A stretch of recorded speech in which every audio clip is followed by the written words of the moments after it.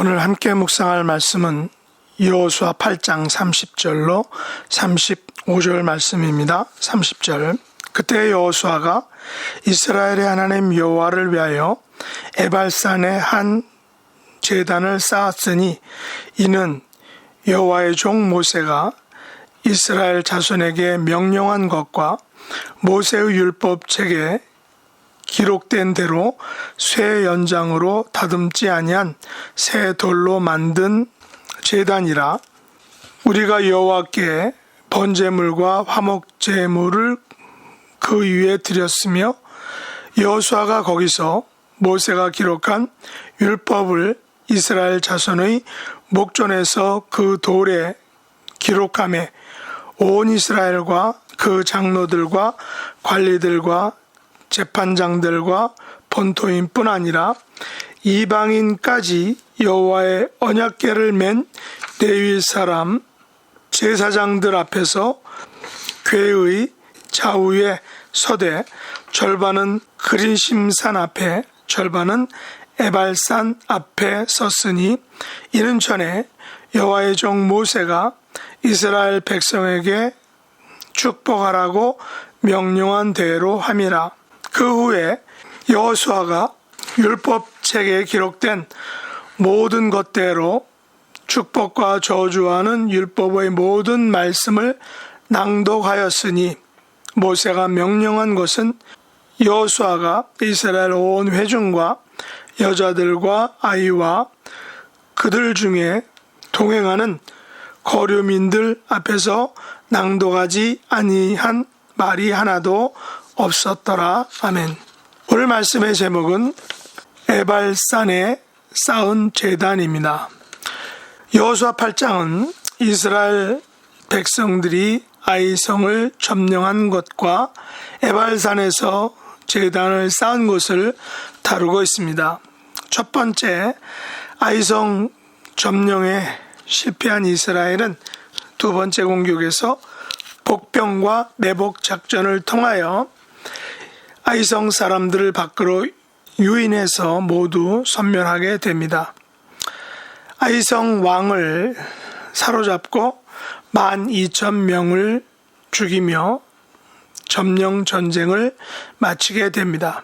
아이성 주민들을 진멸하여 바치기까지 여호수아가 단창을 잡아든 손을 거두지 아니하였고 성읍의 가축과 노력한 것은 이스라엘 백성들이 탈취하게 하셨습니다. 아이성은 불살라졌고 아이성의 왕은 나무에 달아 해질 때에 시체를 성문 어귀에 던지고 그 위에 돌로 큰 무더기를 쌓아서 후대에 경고하게 됩니다. 여호와께서는 여리고성과 아이성은 철저하게 진멸하라 라고 명령하셨습니다. 여기서 진멸하라 라는 것은 철저하게 여호와께 드리라는 것을 의미하는 것입니다. 여호와께 드리는 우리의 예배나 헌신이 철저하게 진멸하는 것처럼 철저하고 또 온전하게 드려져야 한다는 것을 말하고 있는 것입니다. 19장에서 아간은 진멸하여 드리지 못하고 여호와의 것을 숨기고 훔침으로 그와 그에게 속한 모든 것들이 진멸되었는 것을 우리가 보았습니다. 여리고성과 아이성 또한 여호와 앞에서 진멸되어졌습니다. 이들 두 성은 가나안 입성 초기에 여호와께 온전하게 드려져야 하는 성읍들이었던 것입니다. 여호와께서는 철저하게 진멸하라, 온전히 여호와께 드리라 라고 명령하신 것입니다. 아이성을 점령할 때 정탐꾼은 철저하게 진멸하라는 여호와의 명령을 쉽게 생각하여 첫 번 전쟁에서는 실패하였던 것이고 두 번째에는 철저한 복병과 매복 작전을 통하여 아이성을 진멸하게 되었던 것입니다. 그리고 이 같은 여호와의 진멸하라는 명령의 하이라이트는 바로 오늘 본문에 나오는 에발산에 한 제단을 쌓은 것입니다. 여리고성이 철저하게 무너지고 아이성이 철저하게 진멸된 그때의 여호수아는 여호와를 위하여 에발산에 한 제단을 쌓았던 것입니다. 이 제단은 31절 말씀처럼 모세가 이스라엘 자손에게 명령한 것이었습니다. 또한 이 제단은 쇠 연장으로 다듬지 아니한 새 돌로 만든 제단이었습니다. 여호와께 드려지는 제단은 쇠 연장으로 다듬지 않은 돌로 만든 제단이어야 했다는 것입니다. 쇠 연장으로 다듬은 제단을 금하신 이유가 무엇일까요? 그 당시 이방인들의 제단은 대부분 쇠 연장으로 다듬은 그런 예쁜 제단이었던 것입니다. 쇠 연장으로 다듬은 제단은 겉보기에는 좋아 보일지 모릅니다. 깔끔한 그런 제단일지 모릅니다. 어쩌면 쇠 연장을 다듬은 제단은 쉽게 구할 수 있는 것입니다. 그러나 쇠 연장으로 다듬지 않은 제단은 쉽게 구할 수 없는 것이죠. 그런 제단을 구하는 것에는 많은 수고와 집중이 필요하다라는 것입니다. 아무런 돌들을 쇠 연장으로 예쁘게 다듬어서 멋진 제단을 꾸밀 수는 있어도 쇠 연장으로 다듬지 않은 반듯한 돌 제단을 구하기 위해서는 제사 드리는 사람들의 열정이 필요하고 온전한 수고가 있어야 한다는 것입니다. 물론 이것은 인간의 노력과 의의를 하나님께서 요구하신다는 말은 아닙니다. 하나님께 철저한 제단을 쌓는 것은 인간의 기교나 솜씨를 원하신다는 것을 의미하지는 않습니다. 하나님께서는 그 당시 이방 제단들이 쇠 연장으로 다듬은 돌을 사용했기에 그와는 구별된 돌, 쇠 연장으로 다듬지 않은 그런 돌로 제단을 쌓으라고 명령하신 것입니다. 에발산에 제단을 쌓은 것은 여호수아가 임의로 한 것이 결코 아닙니다. 그것은 이미 모세 때 하나님께서 명령하신 일이었다는 것입니다. 신명기 27장 4절로 8절에 보면 너희가 요단을 건너거든 내가 오늘 너희에게 명령하는 이 돌들을 에발산에 세우고 그 위에 석회를 바를 것이며 또 거기서 네 하나님 여호와를 위하여 제단 곧 돌단을 쌓되 그것에 쇠 연장을 대지 말지니라.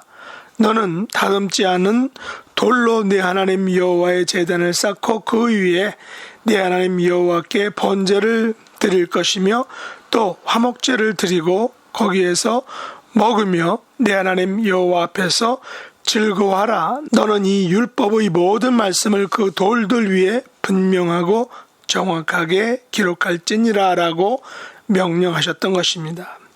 왜 세겜이 내려다 보이는 에발산에 제단을 세워진 것일까요? 세겜은 여호수아 돌 제단이 세워지기 약 600년 전 아브라함이 가나안 땅에 들어와 첫 제단을 쌓은 곳입니다. 거기서 언약을 주신 하나님을 만났던 곳입니다. 세겜은 또한 이스라엘의 국부인 야곱이 20년 만에 돌아와 우물을 파고 살았던 곳이기도 합니다. 후에 예수님은 이 우물에서 사마리아 여인을 만나 이제 아버지께 참으로 예배할 때가 왔다라고 선포하신 곳이기도 합니다. 세겜은 그야말로 하나님 아버지의 언약이 시작되고 선포된 그런 의미 있는 장소라는 것입니다. 이스라엘 백성들은 아이성 전투를 마치고 세겜으로 가서 언약을 선포하는 의식을 행하게 됩니다. 모세는 호렙산에서 하나님의 언약을 이스라엘 백성들에게 선포하였습니다. 또한 모세는 모압 땅에서 하나님의 언약을 갱신하였습니다. 그리고 여호수아는 가나안 땅인 세겜 땅에서 이스라엘에게 하나님의 언약을 세 번째로 선포합니다. 시몬, 레위, 유다, 이사갈, 요셉, 베냐민 지파는 백성을 축복하기 위해 그리심산 위에 서 있는 것입니다. 그리고 루벤, 갓, 아셀, 스불론, 단, 납달리 지파는 백성을 저주하기 위하여 에발산에 지금 서 있는 것입니다. 왜 하나님의 언약을 새로운 세대들에게 갱신하고 다시금 선포하는 것일까요? 이스라엘 백성들에게는 하나님의 백성들에게는 오직 하나님의 언약의 말씀만을 의지하고 붙들고 나아가야 한다라는 것입니다. 그리심산에서는 축복을 선포하고 에발산에서는 저주를 선포하였습니다. 그렇다면 그리심산에 있던 사람들은 축복이 선포되어 행복하고 에발산에 있던 사람들은 저주가 선포되어 불행한 것일까요? 절대 그렇지 않다는 것입니다. 그러면 저주의 내용이 무엇이었을까요? 십계명의 내용과 비슷한 것입니다. 우상은 여호와께 가증하니 그것을 만들어 섬기는 자는 저주를 받을 것이다 라고 말합니다. 부모를 경홀히 여기는 자는 저주를 받을 것이다. 가늠하는 자는 저주를 받을 것이다. 객이나 고아와 과부의 성사를 억울하게 하는 자는 저주를 받을 것이다. 무죄한 자를 죽이려고 뇌물을 받는 자는 저주를 받을 것이다 등의 12가지 내용이 저주가 선포되었습니다. 이것은 단순히 백성을 저주하기 위한 저주가 아니다라는 것입니다. 이스라엘 백성들이 하나님의 저주를 피할 수 있도록 알려주기 위해 저주를 선포한 것입니다. 하나님께서는 이 율법의 말씀을 석회를 바른 돌 위에 기록하여 백성들이 저주를 피할 수 있도록 배려하신 것이다 라는 말입니다. 오늘날 사람들은 법을 만들어 죄의 기준을 낮추려고 합니다. 그러나 하나님의 기준은 어제나 오늘이나 동일하다라는 사실입니다. 하나님의 명령은, 하나님의 말씀은 영원히 변하지 않는다라는 것입니다. 이스라엘 백성들이 하나님과 화목하기 위해 에발산의 제단이 필요했다면 우리 역시 하나님과 화목하기 위해 예수님의 보혈이 필요한 것입니다. 그 보혈을 의지하는 자는 결코 정죄를 당하지 않을 것입니다. 그 피의 생명이 우리의 죄와 사망의 법에서 해방할 수 있기 때문입니다. 저와 여러분은 이미 에발산의 저주를 예수 그리스도를 통하여 이미 받은 사람들입니다. 다시 말해서 예수님께서 우리 대신 에발산의 저주를 받으시고 십자가에서 달려 죽으셨다는 것입니다. 그 후에 예수님은 부활하셨습니다. 우리들은 그 신앙, 부활의 신앙으로 에발산의 저주를 넘어서 승리한 것입니다. 영원한 생명을 선물로 받은 것입니다. 그러므로 우리가 받은 놀라운 은혜를 감사하며 또 그것을 전하며 우리의 남은 삶을 살아가야 한다는 것입니다. 그런 삶의 주인공들이 될 수 있기를 예수님의 이름으로 축복합니다. 기도하겠습니다. 하나님 아버지, 하나님께서 저희들 대신 에발산의 저주를 받으시고 또 십자가에 달려 죽기 위해 예수님을 보내주신 것을 감사합니다. 예수님께서는 다시 부활하셔서 영원한 생명을 선물로 저희들에게 허락해 주신 것을 감사합니다. 예수님께서 골고다에서 달려 죽으심으로 우리의 죄와 허물을 대신 져주신 것을 감사합니다. 이제 예수 그리스도를 통하여 새로운 생명을 얻어 싸우니 축복의 사람이 되어 축복을 누리는 복된 생애를 살아가는 저희들이 되도록 은혜를 더하여 주옵소서. 또한 저희 지체들 중에 육신의 연약함, 영혼의 아픔으로 고통받는 하나님 하나님의 자녀들 주께서 기억해 주시고 이 시간 찾아가 주시고 친히 안수해 주시고 터치해 주셔서 강건함으로 회복시켜 주시옵소서. 또한 새로운 예배처소를 하나님 허락하시고 그 예배처소를 통해서 하나님 영광 받아주시며 사명을 잘 감당하는 하나님의 교회가 되도록 은혜 도하여 주시옵소서. 예수님의 이름으로 간절히 기도드리옵나이다. 아멘. 하늘에 계신 우리 아버지여, 이름이 거룩히 여김을 받으시오며 나라에 임하옵시며 뜻이 하늘에서 이룬 것 같이 땅에서도 이루어지이다.